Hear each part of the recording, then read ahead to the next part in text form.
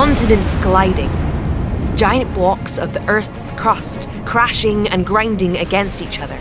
Continental scale faults, ancient deserts, underwater volcanoes, and the earliest land animals. All of these wonders of the ancient world can be found in the cliffs and foreshores just north of the beautiful coastal town of Stonehaven in the northeast of Scotland. Join us and explore this fascinating insight into the distant local history in an area that sheds light on the geological evolution of Scotland and the whole of Northern Europe. Scotland's beautiful and rugged landscape results from a long and complex geological past. For over 3 billion years, the area that makes up modern Scotland has been on a magical mystery tour around the globe. Over the last 600 million years, shifting and colliding tectonic plates have carried our country from the South Pole to its present northern latitudes. Travelling just a few centimetres per year, with occasional collisions along the way, it's been quite a journey. The biggest of these collisions started 490 million years ago and is known as the Caledonian orogeny. 500 million years ago, long before the birth of the Atlantic Ocean, Scotland, Greenland and North America were separated from the rest of the UK and Europe by a much older ocean called Iapetus. The southern continents collided with the northern ones, creating a chain of mountains that run from the northeast to the southwest, through Norway, across Scotland, and into the Appalachians of North America. Over the next 400 million years, these mountains have been torn apart by the rifting of the North Sea and Atlantic. Continually eroded by water and ice, they are only remnants of a mountain range that was once as big as the modern Himalaya. Despite the years of erosion and weathering, it's still possible to see evidence for this violent and dramatic geological history in the rocks and landforms of Scotland. When viewed from above, there are a number of major lineaments, or lines, that cut across Scotland from northeast to southwest. The Highland boundary fault is one of these. It runs through the Isle of Arran on the west coast, just north of Glasgow, across Scotland to the coast just south of Aberdeen. One of the best places to study the Highland boundary fault is in the sea cliffs and foreshore just north of the picturesque coastal town of Stonehaven. So join us now for a quick tour of this wonder of the geological world. From the village of Cowie on the north side of Stonehaven Bay, a brisk 2-hour walk will take you from the deserts of the Old Red Sandstone, across a major fault zone, into the deformed and metamorphosed sediments of the Radian. Our guides today will be Dr. Jessica Pugsley and Professor John Howell from the University of Aberdeen. Along the way, they will point out a few of the exciting things you can see along the coast. The first cliffs we see are the deposits of a rock unit called the Old Red Sandstone, which are around 420 million years old. Okay, so this is the first example of the kind of stuff we're going to be looking at today. But we're not going here because the cliffs are a little bit crumbly and a little bit dangerous, and we actually see much better stuff just around the corner. So let's go have a look at that. So our first stop is going to be these cliffs here where the red sandstone is coming right down to the beach. And there's some really cool stuff to see. Okay, so what have we got here then, John? So the first thing we need to do when we're trying to understand the geology around this area is to understand that these beds or layers here are actually vertical. So what made them upright then? So if you imagine that there are plates moving around on the Earth's crust, and effectively what we were doing is squashing the geology here, and things that are then, as we squash it, things that were originally horizontal are just getting bent and folded and rotated until they eventually end up upright like that. And it really gives you an insight into the sort of forces that are going on within the plates that can actually rotate massive slabs of rock like this. So you said these were sandstones. How did they form in the first place? Yeah, this is primarily made up of sandstone here. There's a few other rock types, but the main one is sandstone. And if you rub your fingers on here, you can actually feel that it feels a little bit like sandpaper. And that's because it's a rock that is primarily made up of sand grains that have been stuck together. The rocks that John is describing were deposited by rivers in an arid desert, similar to this modern system. And how do you know it's a river then? So this involves a lot of detailed detective work. So we study the rocks, and what we see here is we've got the beds or the layers, and some of them, like this one here, are very fine, and that's made up of clay and silt. And then the other ones, the ones that stick up a little bit more, are made up of sandstone. We can feel that they're quite rough. And what this represents is the processes that are going on the river floodplain. So these sandstones, which include this layer here, which has these other smaller layers within it dipping away like that, these are deposited as sheets of sand when the river bursts its banks. So you can imagine the river is going through the floodplain, and then periodically there's a big flood and it bursts its banks and floods out into a splay. And then the mud and the silt is deposited after that as everything is just settling gradually out of suspension. And each one of these layers represents a period of the river bursting its banks, flooding the floodplain, and then more mud settling out, and so on. And we just build up this big, thick package of sediments. And how much time would it have taken for this to have formed then? So these kind of processes are fairly intermittent, and they're not happening maybe every year. But each one of these sandy layers may represent a flood that happens every 10 or 100 years. So overall, this package might represent a couple of thousand years of deposition. Okay, that's cool. Does it tell us anything else? Yeah, so if we know that the current is going in that direction, if we rotate everything back, we can then use a compass and measure where the river was actually coming from. And what's really interesting here is that when I sort of reorientate it like so, the rivers were actually coming from out there in the North Sea. What? So there's land out there? Yes, because what you've got to understand is that the plates as we know them today have been shifting and moving. These rocks are 400 million years old, but the North Sea as we know it didn't even start forming till about 180 million years ago. So there was quite a big landmass out there that was shedding material onshore onto Scotland.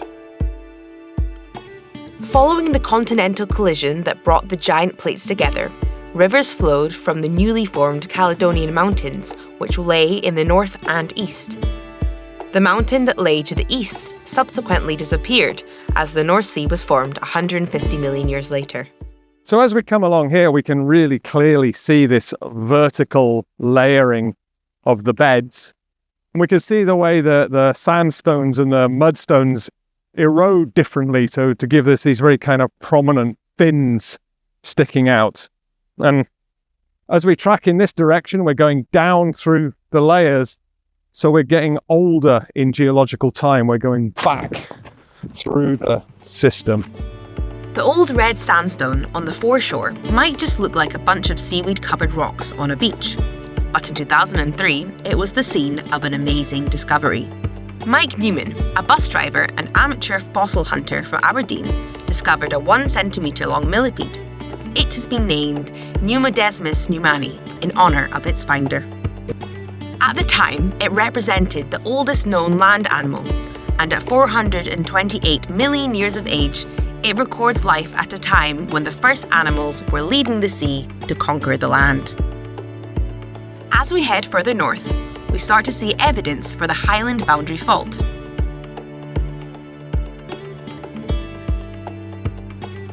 So this cliff in front of us is very different to what we've seen over here. We've got none of the really clear bedding that we saw at the previous locality. And ultimately what we're looking at here is the very first evidence of the Highland boundary fault, in that it's very fractured, it's heavily deformed, and we can't see any nice clear sedimentary structures in this area. What's really cool about that is that when we think about faults, which are areas where chunks of the Earth's crust have moved relative to one another, we tend to think about a fault plane as being just a surface. But especially with these bigger faults, they're actually massive zones of just mashed and mangled and destroyed rock. And this is like a classic example of that. So looking at this again, we can see that there is some sandstone and there are the clays that we saw previously, these silty kind of intervals, but they're not organised in the layers we saw previously. So this is just absolutely mangled, it's mashed up rock, and it's quite chaotic in its nature. Yeah, and on top of that, we've also got there's a little plain in here, and that's actually a little small fault plain within this much larger zone. There's some mineralization in here. The whole thing has just been completely destroyed by those massive tectonic forces. Around the next corner, things really start to heat up and get interesting. Okay, so this is really different again. This looks like your kind of stuff, Jess. It is. It is indeed volcanic in origin. So it's totally different from both our last two localities. What we're looking at here is actually lava flows that formed at the bottom of the sea. They formed underwater, and it's actually what we call pillow basalt. So these rocks are volcanic? Yes, they are. And we can tell that because they're very hard. They're smooth, which is because they're fine-grained. And they're very different to the rocks we were seeing previously, which were layered. So does that mean we've got a volcano in our desert? No. So actually we're looking at a very different setting. We're looking at lavas that are erupting underwater and quite possibly under the ocean. Okay, so how do we know that they're underwater? It's to do with the shape. So lava, when it erupts on the surface, forms kind of flat, more kind of continuous shapes. Whereas in this section here, we're looking at really round, pillow-shaped geometries, which is very indicative of an underwater environment. This footage from a modern submarine volcano shows how the pillows that Jess is describing form as lava erupts underwater, cools and hardens very quickly. So does that explain why all these boulders around us are really rounded? Exactly. They are eroded pillows from this sequence here. Okay, and is there any really good pillows? What would be a good pillow if somebody wanted to see a really good example? So just up here is probably the best example. The pillow lavas are much older than the sediments of the Old Red Sandstone and represent an ancient seafloor that existed before the continental collision. They form part of a sequence called the Highland border complex that is present along the Highland boundary fault from Arran in the west to Stonehaven in the east. So I'm clambering over an ancient seafloor. You absolutely are. So why have you dragged me all the way up here, Jess? So we're looking at an individual pillow within the stacked sequence of pillow lavas. This is this section in here, this rounded part. And it's infilling a low between a lower two pillows. And which way is up? Are presently up. So these rocks are pretty much, they're not quite flat, but they're close to being flat, and they're significantly different from the vertical layers that we were looking at just around the corner over there. Absolutely. So we've just come over this ridge and we're looking into the next bay. Is the stuff that makes up the headland, is that still the pillow basalts? Yeah, it's part of the same sequence in there, yes. So you can see this general trend running across the centre of the bay, but the stuff at the back, which is mainly covered in grass, that looks really different. Yes, so that's the Radian sequence, which is much, much, much older than what we're looking at just here. Okay, so the main fault, although this is the fault zone, the main sort of boundary fault is kind of running along there. Absolutely.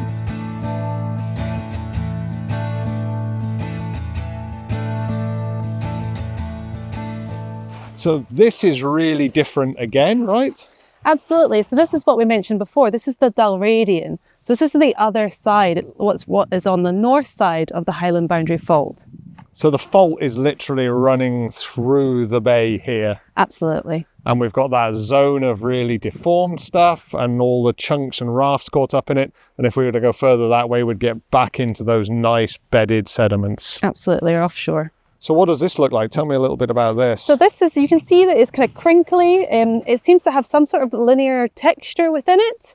But again, this is what we call a metamorphic rock. So it's gone through a lot of high temperature, high pressure kind of deformation within that. And this stuff is really old, right? Very old, much, much older than what we were looking at previously. Cool. And I think we're going to see more of it when we get on the other side of the headland. Yes. Cool. God, it's turned into a really glorious day on the Costa del Stonehaven. Oh, isn't it roasting? So if we just look back across the bay now, you can really see that line where the fault is running through with the older stuff on this side and the younger stuff on that side. So we've made our way up and over, and we're walking out to Garant Point here. The Garant Point is just a piece of headland that sticks into the ocean. Okay, so that's cool. So it's obviously a prominent landmark and a heart feature. Why? What's the geology? What's different about the geology here? So we've gone back over the fault and we're into the Highland border complex, which is the same sequence that we saw with the pillow basalts previously. But we're actually right on the fault zone here, or the main fault itself. And therefore it's not quite as well organised as we saw previously.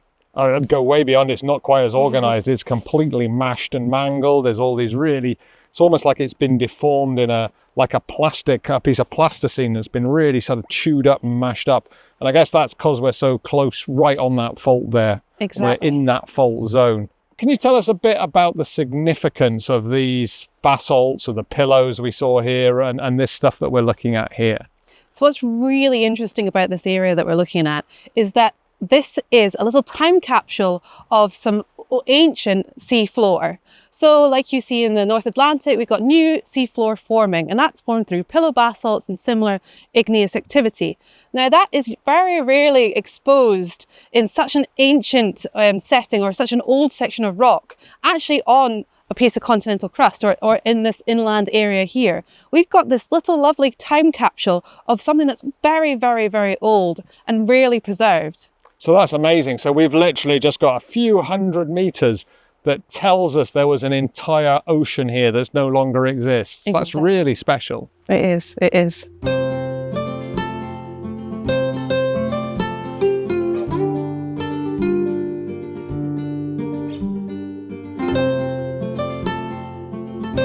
So this is it, Jess. This is the end of our journey. This is the last rock type we're going to see today.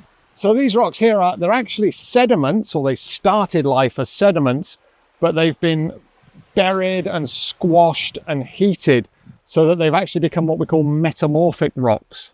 So in addition to the original sedimentary fabric and things, we've actually got this crinkling, which is a result of all these forces that have squashed it and deformed it. So are those forces to do with the faulting we've just seen?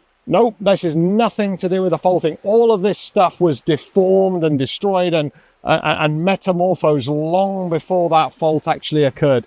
These rocks are somewhere between 800 and 600 million years old. So the stuff we started in was about 400 million years old. So these are significantly older. So what was the highlight of your day then? Well, it's kind of hard to choose. We've seen such a range of things. I absolutely love the geology in terms of seeing those pillow basalt, but ancient sea floor. But also, of course, the wildlife, seeing dolphins in the sea just behind us. It's been a great day, hasn't it? It has. It's been awesome. How about you, John? For me, I think it's always going to be the sediments that we saw at the start of the tour.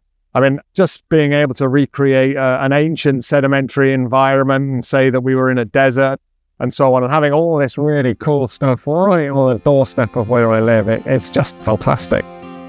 Our field excursion from Cowie to the Skaty shore has taken us back in time. We've walked over ancient deserts which were home to the first land animals, seen seafloor volcanics that represent a lost ocean, and crossed a major fault that dissects the whole of Scotland. Not bad for a short walk along the beach. Now head back to Stonehaven and reward yourself with an ice cream or even some award-winning fish and chips and a drink by the historic harbour. From the Skaty shore, you can return to Stonehaven back along the beach, or you can follow the path up through the woods, past the golf course, and pick up the road to walk back to Cowie. If you can't make the walk, you can visit these sites virtually at fee3geo.com. Fee3Geo is an online database of geological outcrops that includes 350 cliff sections from around the world, including the Highland boundary fault north of Stonehaven. If you enjoyed that, you might want to also check out the ones around an Otter Castle to the south. If you do decide to do this walk yourself, please take care on the beach, where the rocks can be slippery, especially when wet. Also be careful near the cliffs, which are loose and crumbling. Most importantly, be aware of the tides. Know when the high tide is and give yourself at least 2 hours to go one way and 3 hours to do a round trip.